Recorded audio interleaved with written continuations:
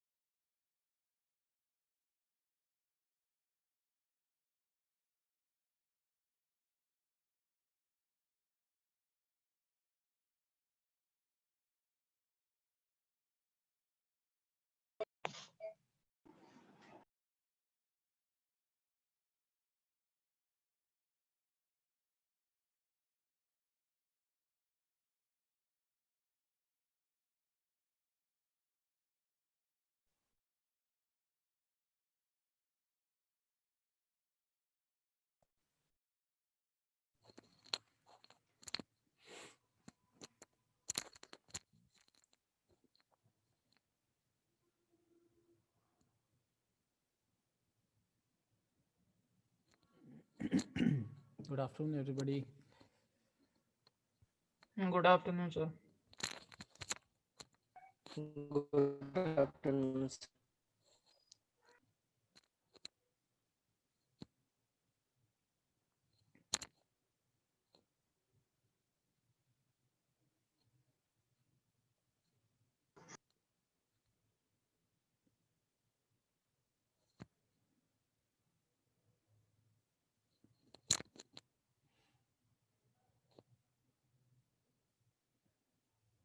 आयुष, आपको कौन सा सेक्शन अलॉट हुआ है? आयुष विक्रम सिंह।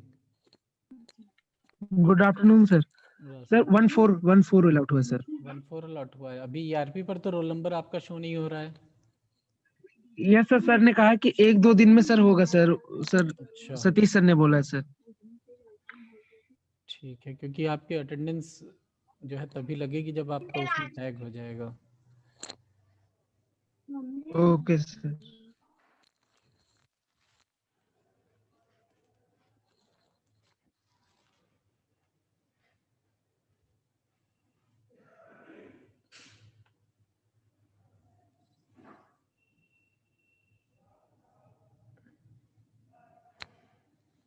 क्या डिस्कस करना है आप लोगों के पास? कुछ क्वेश्चंस हो तो बताइए।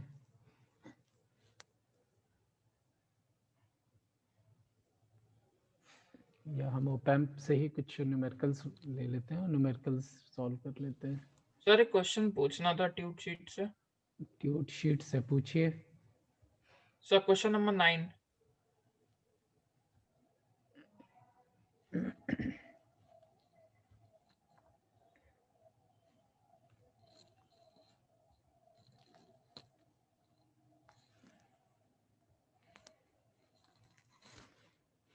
तो 9 में क्या दिक्कत है?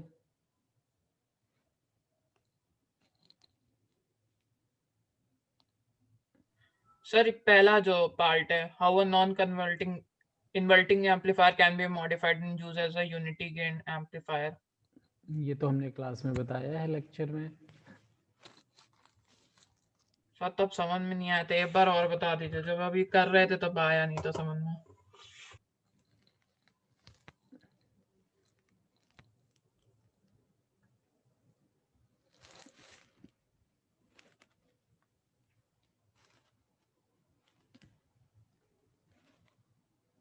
नोट्स उठा करके देखते तो बहुत आराम से समझ में आता।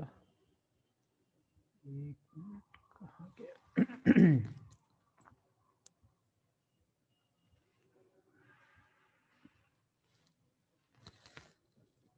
और भी किसी के कुछ क्वेश्चंस हैं?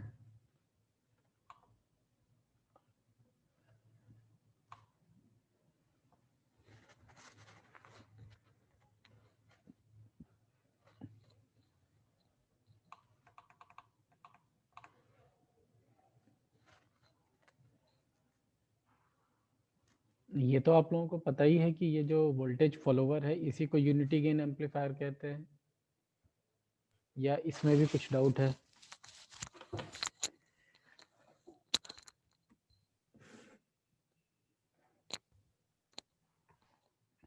ये जो फर्स्ट वाला फिगर है, यस सर, ठीक है, देखिए यस इस फिगर में ये जो अजम्पशंस लिखे हुए हैं, इन अजम्पशंस को थोड़ी देर के लिए भूल जाइए। यस सर, ठीक है, ये सर्किट कौन सा सर्किट है? नॉन इन्वर्टिंग एम्पलीफायर है। Sir non inverting op amp है। ठीक है, ये देखिए लिखा है non inverting Yes, op sir. Amp है, क्योंकि जो input Yes, signal sir. Applied किया गया है वो नॉन इन्वर्टिंग एंड पे अप्लाई किया गया है और इन्वर्टिंग एंड जो है उसको ग्राउंड से कनेक्ट किया गया है। Yes, sir. ठीक है, अब इसको हमें किस चीज़ में कन्वर्ट करना है? How this circuit can be utilized as unity gain amplifier, यही क्वेश्चन है ना? Unity gain. Yes, sir. यही है can be modified and used as unity gain amplifier. Unity gain amplifier.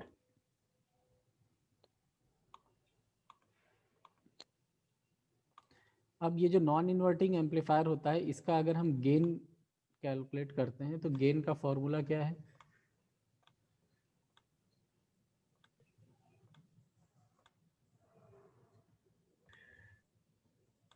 RF upon RI, sir.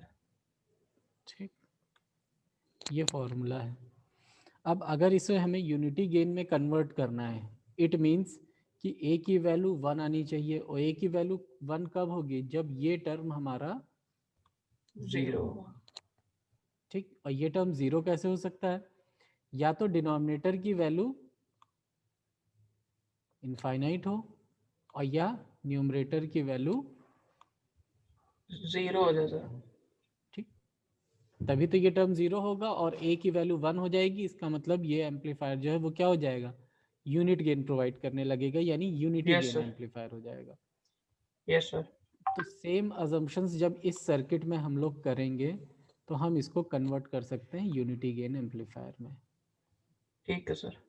ठीक है, R F की value Okay, को sir. 0 रखा, R1 की वैल्यू को इनफाइनाइट रखा, और ये Yes, sir. सर्किट जो है वो मॉडिफाई हो जाएगा। इनफाइनाइट का मतलब इस तरफ का सर्किट क्या हो गया? ओपन हो गया। Yes, sir. ठीक, तो इस तरफ से ये जो है जो भी सर्किट था उसको रिमूव कर दिया गया, क्योंकि ओपन सर्किट में कोई करंट ही नहीं फ्लो होगी। Okay, and sir.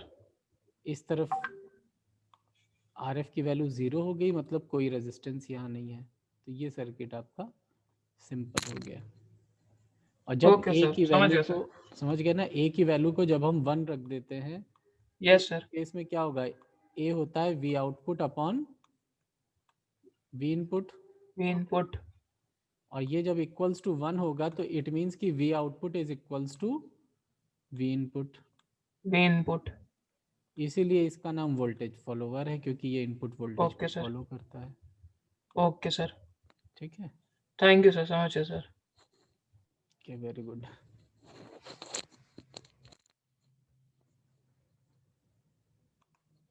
और कोई डाउट? Any other doubt? नहीं सर, बस यही था एक। ठीक,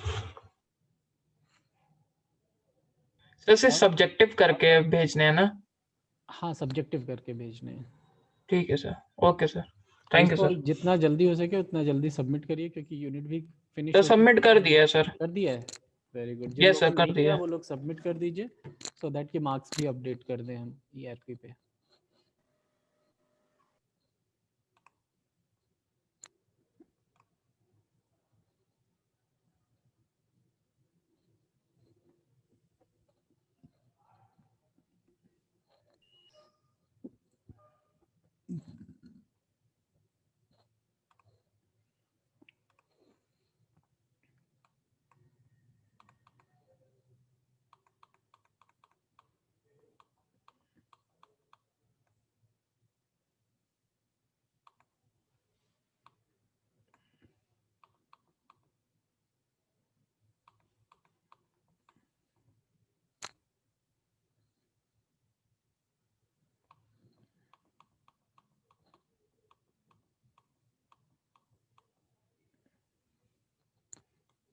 ये न्यूमेरिकल्स आप लोगों ने सॉल्व किए हैं?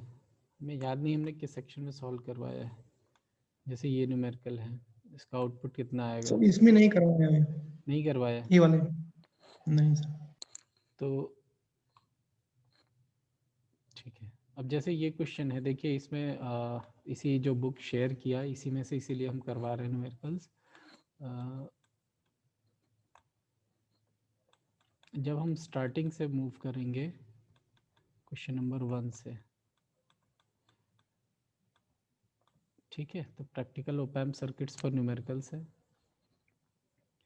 फर्स्ट वाले क्वेश्चन में नॉर्मल आपसे आउटपुट पूछा गया है। एम्पलीफायर किस टाइप का है? ये इन्वर्टिंग एम्पलीफायर है क्योंकि नेगेटिव टर्मिनल पे इनपुट अप्लाइड है। तो इट मीन्स हम आउटपुट वी आउटपुट जो कैलकुलेट करेंगे, यानी जो हमारे पास फॉर्मूला है V output upon V input equals to, ये क्या होता है, gain, and it is equals to minus R F upon R1, ठीक है। सिंपल यही फॉर्मूला लगाएंगे, वैल्यूज़ गिवन है 250 और 20 दी हुई है वैल्यूज़, 250 और 220 रखेंगे रेजिस्टेंस की वैल्यू। VI की वैल्यू 1.5 है, VI की वैल्यू पुट कर देंगे, अननोन क्या है, सिर्फ V0, तो हम इजीली V0 की वैल्यू कैलकुलेट कर लेंगे। कितनी आएगी वैल्यू? 250 अपॉन 20, ठीक। 10 की पावर 3 दोनों में रहेगा, कैंसिल आउट हो जाएगा, इसको भी हम कैंसिल करेंगे तो ये आपका आ जाएगा 12.5, 12.5 और इसको मल्टीप्लाई किससे करेंगे, 1.5 से, इनपुट वोल्टेज से, तो वी आउट की वैल्यू मिल जाएगी। तो इस तरह से हम आउटपुट वोल्टेज 18.75 सर आएगी मल्टीप्लाई करने के बाद।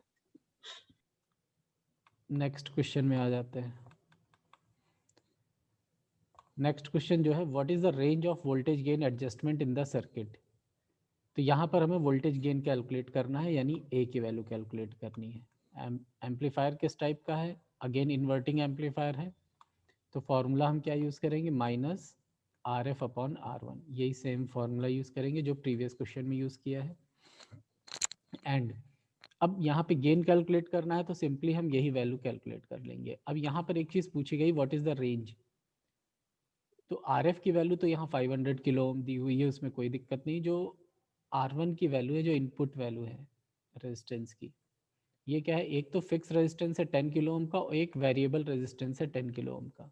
तो वेरिएबल रेजिस्टेंस के केस में इसकी मैक्सिमम और मिनिमम वैल्यू अगर हमें मिल जाए तो हम यहाँ पर भी मैक्सिमम और मिनिमम वैल्यू गेन की भी कैलकुलेट कर सकते हैं, क्योंकि रेंज का मतलब क्या है, एक मिनिमम वैल्यू होगी हमारे पास में और एक मैक्सिमम वैल्यू होगी।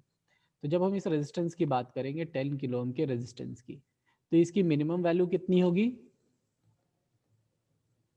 बताइए। सर 0 हाँ, मैक्सिमम 10 तो गेन कैलकुलेट कर सकते हैं हम लोग। पहले हम एक बार वैल्यू रखेंगे, ये तो 500 हो जाएगा हमारे पास में ऊपर, ठीक है। जब हम इसकी वैल्यू 0 लेंगे, सीरीज में रेजिस्टेंसेज हैं, तो क्या हो जाएगा, 10 + 0 0, यानी वैल्यू यहाँ पर आ जाएगी 10।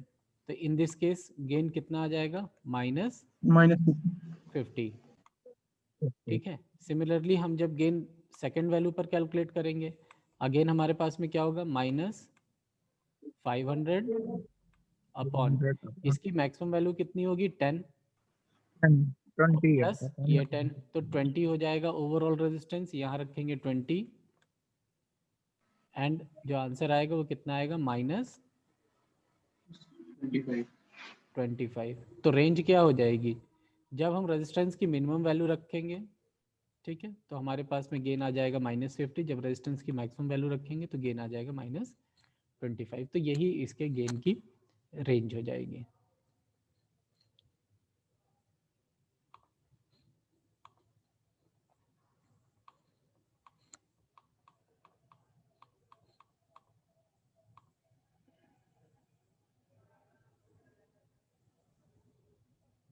इसका आंसर बताइए हमें इस क्वेश्चन का, क्वेश्चन नंबर 3 का।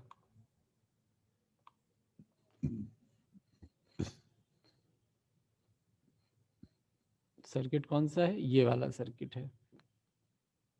गिवन डेटा आपको सर्किट में दिख ही रहा है कि क्या रेजिस्टेंसेस इसमें लगे हुए हैं, एक वैल्यू यहाँ पर दी हुई है। अब इसका आंसर बताइए, पहले तो यही बताइए कि इसमें पूछा क्या गया है।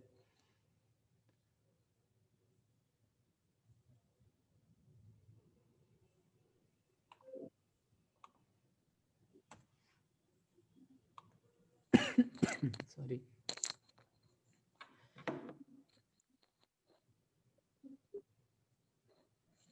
क्या कैलकुलेट करना है बताइए। इनपुट वोल्टेज सर कितना सर इनपुट वोल्टेज वी आई। हाँ वी इनपुट वोल्टेज आई जो इनपुट वोल्टेज है वो 0.4 ठीक है। तो यहाँ पर आउटपुट वोल्टेज दिया हुआ है 2 वोल्ट, मतलब ये वैल्यू गिवन है आपको 2 वोल्ट। और कैलकुलेट क्या करना है इस V1 की वैल्यू। एम्पलीफायर किस टाइप का है, इन्वर्टिंग एम्पलीफायर, तो फॉर्मूला वही लगेगा जो अभी तक हम लोग स्टडी कर रहे थे, -RF/R1। तो सिंपल है, कैलकुलेशंस करनी है, कैलकुलेट कर लेंगे।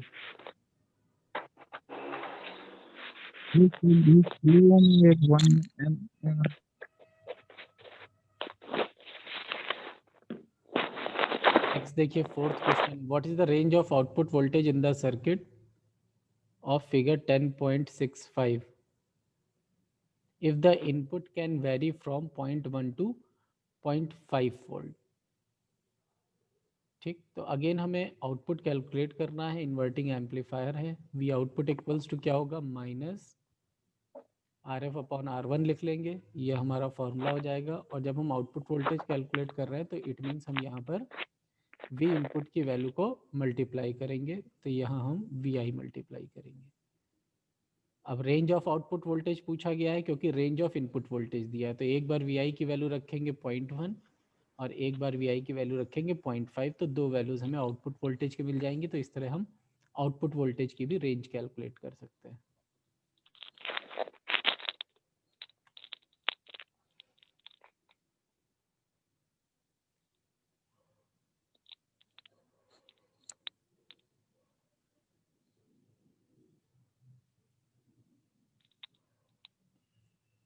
Fifth question, what output voltage results in the circuit of figure number 10.66 for an input V1 Vi equals to 0.3 volt minus 0.3, तो ये वैल्यू दी हुई है 0.3 माइनस में, और आउटपुट वोल्टेज कैलकुलेट करना है।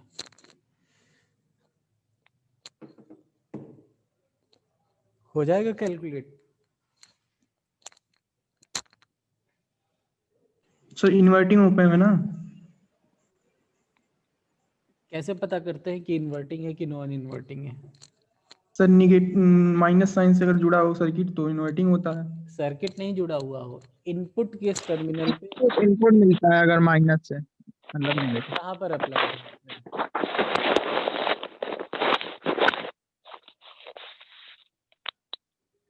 इनपुट कहाँ पे अप्लाई है? पॉजिटिव सर प्लस पे पॉजिटिव। सर, तो कौन सा एम्पलीफायर होगा? Non non inverting. Non inverting amplifier. ठीक है, इनपुट जिस टर्मिनल पे अप्लाइड है उसी के अकॉर्डिंग हम डिसाइड करते हैं कि इन्वर्टिंग है या नॉन इन्वर्टिंग। और क्योंकि यहाँ पर पॉजिटिव टर्मिनल पे इनपुट अप्लाइड है तो इट मीन्स ये नॉन इन्वर्टिंग एम्पलीफायर है। और नॉन इन्वर्टिंग एम्पलीफायर के केस में हमारे पास जो फॉर्मूला है गेन का, वो है गेन इक्वल्स टू 1 + RF/R1। ठीक, तो V output upon V input equals to हो जाएगा 1 + RF/R1। कितना, फिर से बताइए? 9.3। 9.3 पक्का? सर एक बार फिर कर लेते हैं। हाँ करो, 0 नंबर मिल जाएगा अगर थोड़ी सी भी गड़बड़ करोगे तो।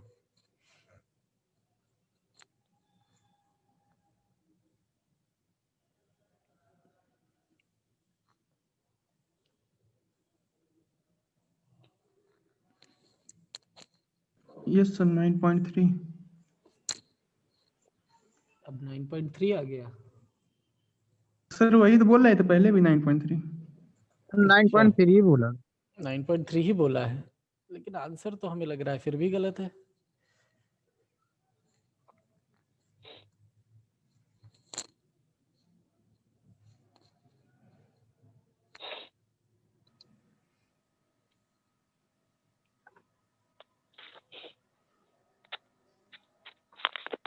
सर नहीं आ रहा फिर।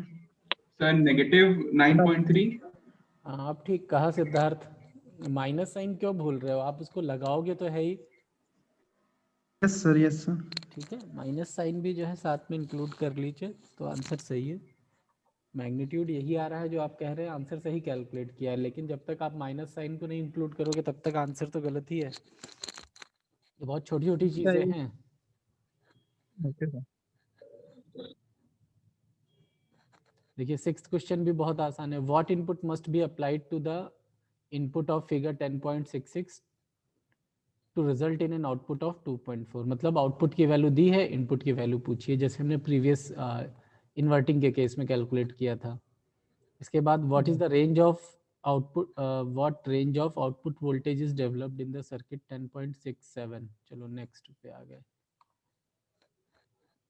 10.67 वही क्वेश्चन है सेम। ये बस डिफरेंस कितना है, क्या है इसमें कि ये आपका नॉन इन्वर्टिंग पर बेस्ड है, वो इन्वर्टिंग पर बेस्ड था।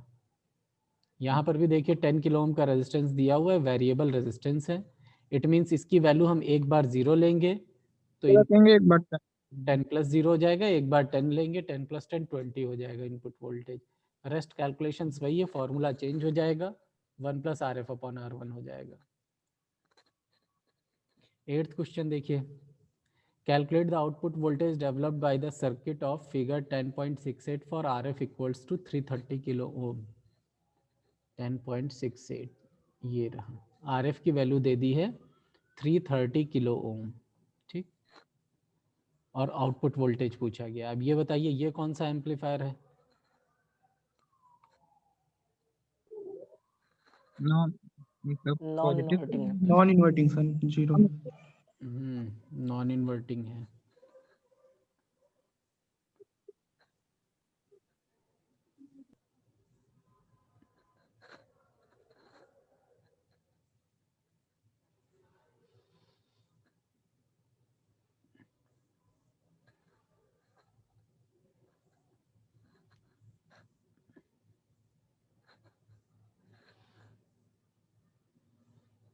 इसमें आई थिंक कि एक मिसप्रिंटिंग है कि ये पॉजिटिव होगा और ये नेगेटिव होगा, क्योंकि पॉजिटिव फीडबैक का हमने आप लोगों को नहीं पढ़ाया है ना आपके सिलेबस में, ठीक है।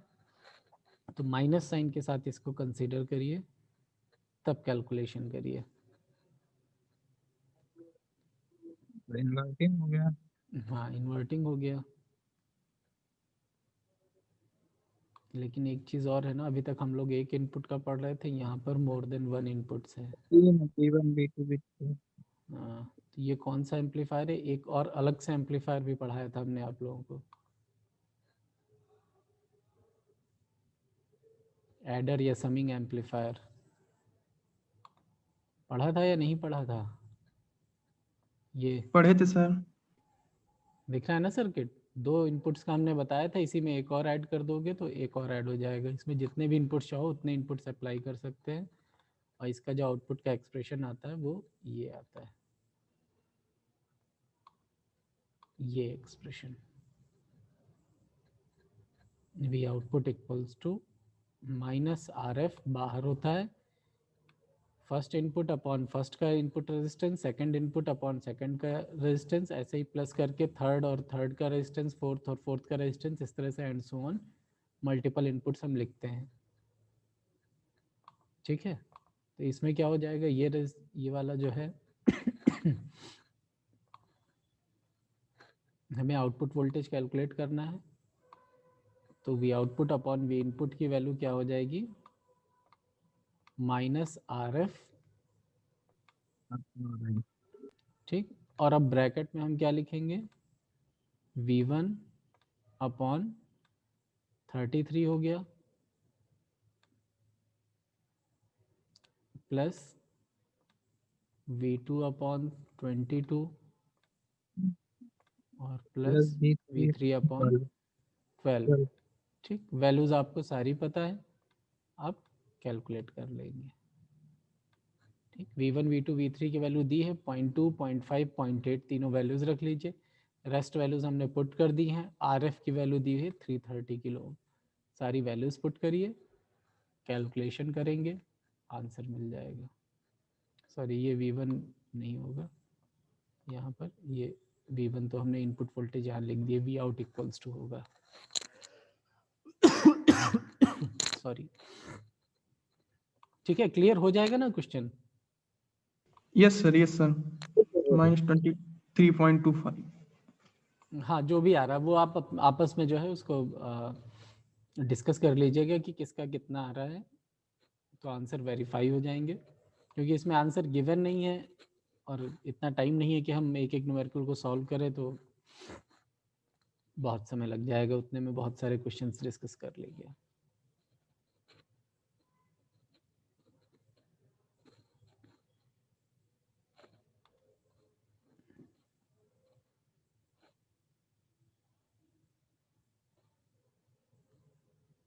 इसमें तो कुछ करना ही नहीं। देखिए 11th वाला जो क्वेश्चन है वो तो सिंपल यूनिटी गेन एम्पलीफायर का है, तो V output equals to V input आ जाएगा। ठीक, यहाँ पर भी देखिए जो सेकंड सर्किट है देखने में बड़ा लग रहा है, दो ऑपरेशनल एम्पलीफायर हैं, लेकिन अगर हम यस सर, फर्स्ट पार्ट को यूनिटी देखेंगे गेन तो फर्स्ट वाला। यूनिटी गेन एम्पलीफायर है। तो यूनिटी गेन एम्पलीफायर है, इसका मतलब है कि इस पॉइंट पर जो वैल्यू होगी वो वैल्यू 1.5। होगी 1.5 होगी। तो हमें 1.5 पता चल गई वैल्यू। और उसके बाद में इस वाले एम्पलीफायर को भूल जाइए और बचा हुआ जो एम्पलीफायर है आपके पास में सर्किट, वो आपका इन्वर्टिंग एम्पलीफायर है। तो सिंपल -RF/R1 करके आप आउटपुट वोल्टेज कैलकुलेट कर लेंगे।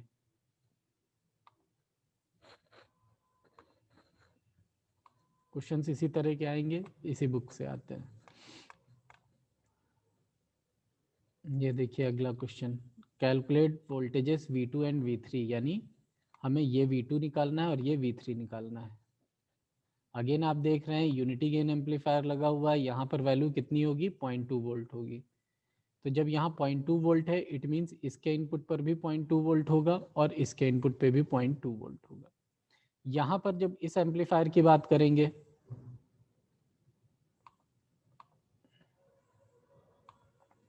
तो इस एम्पलीफायर के लिए अगर इनपुट इस एंड पे अप्लाइड है तो इट मीन्स ये कौन सा हो गया? Inverting amplifier. यानी इसका जो आउटपुट कैलकुलेट होगा वो किस फॉर्मूले से कैलकुलेट होगा? -RF/R1। 2 वोल्ट आ जाएगा सर।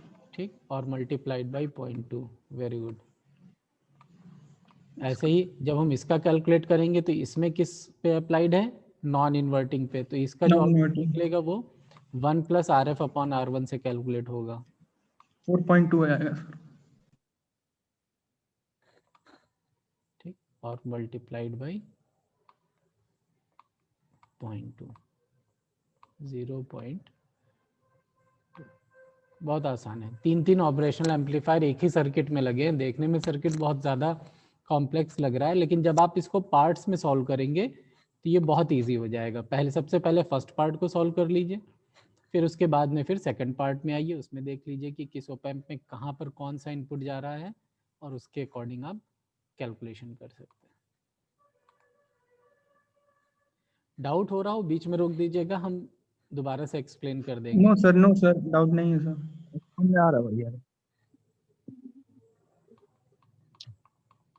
डर तो नहीं लग रहा है इस क्वेश्चन से? No sir, no sir. Parallel second का। इस वाले क्वेश्चन को देखिए, तो पहले ओप एम्प को देखते हैं। तो इस ओप एम्प में देखिए ये टर्मिनल आ रहा है और इस टर्मिनल से ये दोनों कनेक्टेड हैं। ठीक, और 2 इनपुट्स हैं। अभी हम सिर्फ इसको देख रहे हैं, बाकी सारे दोनों को भूल जाइए। तो इट मीन्स ये किस तरह का है? वही समिंग एम्पलीफायर है, 2 इनपुट्स हैं और समिंग एम्पलीफायर की तरह वर्क करेगा। आप यहाँ पर जो आउटपुट आएगा वो इजीली कैलकुलेट कर सकते हैं, फॉर्मूला पता है आपको। ठीक, ये वैल्यू कैलकुलेट हो गई और जैसे ही हमने ये वैल्यू कैलकुलेट कर लिया, अब हम सेकंड वाले एम्पलीफायर पे आ जाते हैं। यहाँ पर देखिए सिर्फ एक इनपुट अप्लाइड है, यानी -20 वोल्ट सीधे यहाँ पर नॉन इन्वर्टिंग टर्मिनल पे। और यहाँ हम ये देख रहे हैं कि ये फीडबैक डायरेक्टली कनेक्टेड है। इसका मतलब ये कौन सा एम्पलीफायर है? Unity gain. तो यहाँ पर वैल्यू कितनी आ जाएगी? Simple -20 volt. ठीक, यहाँ का हमने कैलकुलेट कर लिया, ये -20 वोल्ट आ गया। और -20 के बाद में आप थर्ड वाले पे पहुँच जाइए। इसमें भी देखिए इन्वर्टिंग वाले टर्मिनल पे अप्लाइड है और इनपुट्स कितने अप्लाइड हैं, एक रेजिस्टेंस के थ्रू ये वाला अप्लाइड है जो इसका आउटपुट आया है, और एक रेजिस्टेंस के थ्रू ये वाला अप्लाइड है जो इस ऑप एम्प का आउटपुट आया है। तो सिंपल ये भी समिंग एम्पलीफायर है जैसे ये वाला था, तो वही फॉर्मूला लग जाएगा आपका समिंग एम्पलीफायर का और आउटपुट कैलकुलेट हो जाएगा, बहुत आसानी के साथ कैलकुलेट हो जाएगा। कॉन्सेप्ट में कहीं कोई दिक्कत नहीं है, कॉन्सेप्ट बहुत आसानी से समझ जाएंगे, लेकिन कैलकुलेशन में मिस्टेक्स होती हैं, कैलकुलेशन में मिस्टेक्स नहीं होनी चाहिए। ठीक है, आप जब कैलकुलेशंस करेंगे जल्दबाजी में इन्वर्टिंग को नॉन इन्वर्टिंग मत बनाइए, और जो वैल्यूज रखिए उसमें ध्यान रखिए कहाँ पर किलो ओम में वैल्यू दी है, कहाँ पे ओम में दी है। हमेशा नॉर्मल मोड में वैल्यूज को कन्वर्ट करिए। किलो ओम है 10 की पावर 3 ज़रूर लिखिए, भले ही वो कैंसिल आउट हो जाएगा बट लिखिए उसको, इससे मिस्टेक्स नहीं होंगी।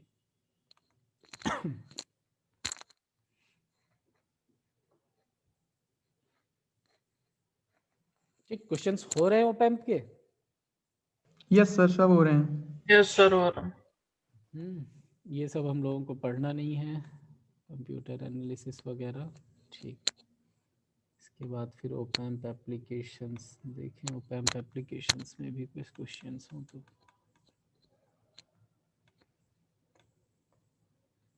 ठीक है, ओप एम्प एप्लीकेशंस के भी क्वेश्चन आप लोग आसानी से कर सकते हैं।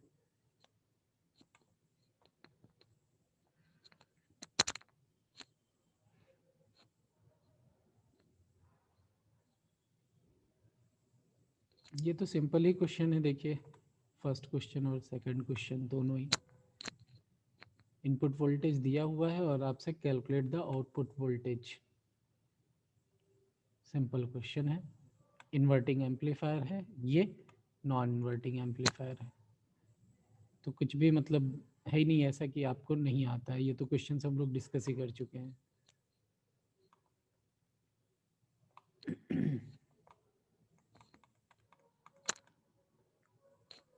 इसको देख के डर लग रहा होगा। ठीक, 3 ओप एम्प लगे हैं, सीरीज में लगे हुए हैं, तो किसी को डर नहीं लग रहा होगा, बहुत आसानी से क्वेश्चन हो जाएगा। फर्स्ट का आउटपुट कैलकुलेट करेंगे इसके अकॉर्डिंग। एम्पलीफायर कौन सा है, नॉन नॉन इन्वर्टिंग, इन्वर्टिंग, तो दोनों 1 plus are F upon R1 से यहाँ आ गया आउटपुट। इसके बाद अगला ऑपरेशनल एम्पलीफायर कौन सा है, इन्वर्टिंग सर। इन्वर्टिंग है, क्योंकि जो इनपुट आ रहा है वो इस नोट पे, सॉरी आउटपुट आ रहा है वो इस नोट पे आ रहा है, और ये नोट किससे कनेक्टेड है, माइनस से। ठीक, तो ये इन्वर्टिंग हो गया, पहला नॉन इन्वर्टिंग, दूसरा हो गया inverting. Minus R F upon R1 से हमने यहाँ भी कैलकुलेशन कर ली। अगला फिर से हमारा कौन सा है, इन्वर्टिंग है, फिर से minus R F upon R1 और वी आउटपुट कैलकुलेटेड।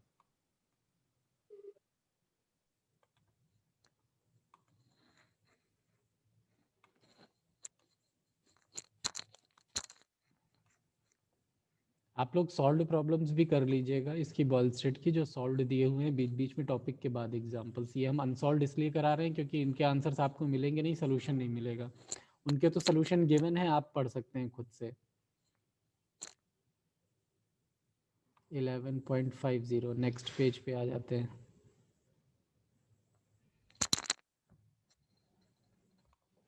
अगेन देखिए 11.50 है, ये समिंग एम्पलीफायर का क्वेश्चन है। 2 इनपुट्स हैं, अप्लाई हैं इन्वर्टिंग टर्मिनल पे, तो समिंग एम्पलीफायर का क्वेश्चन हो गया।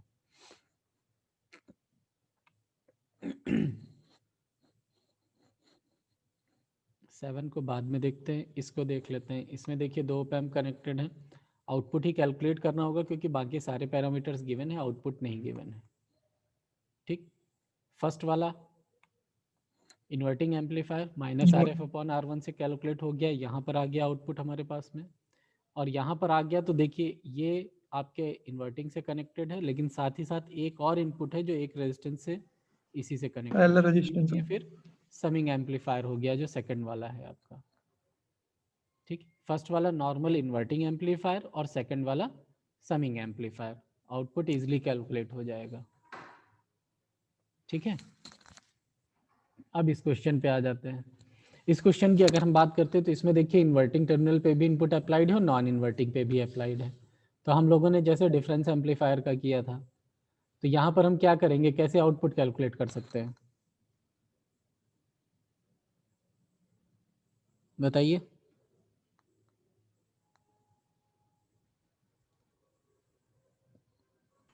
सर बता दीजिए सर, नहीं समझ में आ रहा। बताने का टाइम नहीं है, आप लोगों को खुद दिमाग लगाना है भाई।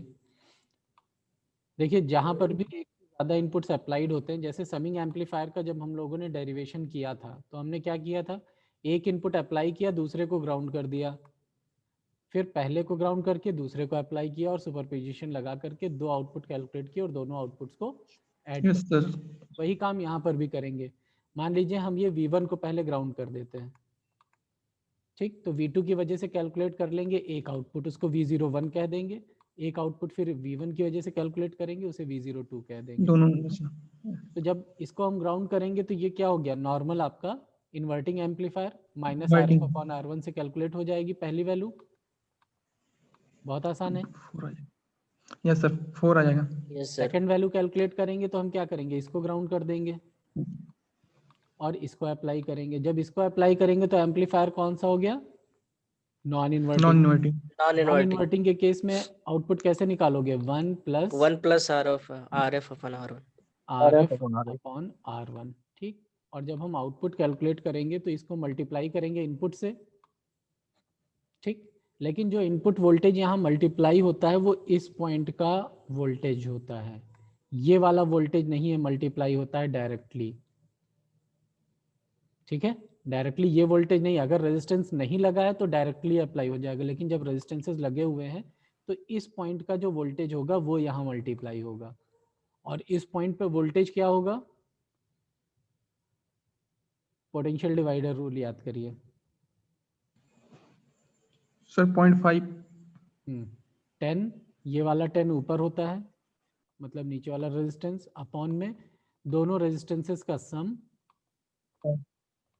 और मल्टीप्लाइड बाई जो यहाँ पर इनपुट वोल्टेज अप्लाइड है यानी 1। तो ये जो वैल्यू आएगी, ये वैल्यू हम रखेंगे इस V की जगह पर, तब जा कर के हम कैलकुलेट कर पाएंगे सेकंड आउटपुट वोल्टेज, और उसके बाद दोनों को सिंपली ऐड कर देना है, आंसर आ जाएगा। ठीक है, इस क्वेश्चन को करिएगा ज़रूर आप लोग, आंसर कैलकुलेट करके आपस में मैच करिए। आंसर मैच नहीं करता है तो हमें बताइएगा, हम मैच कराएंगे आंसर। ठीक है, यस सर।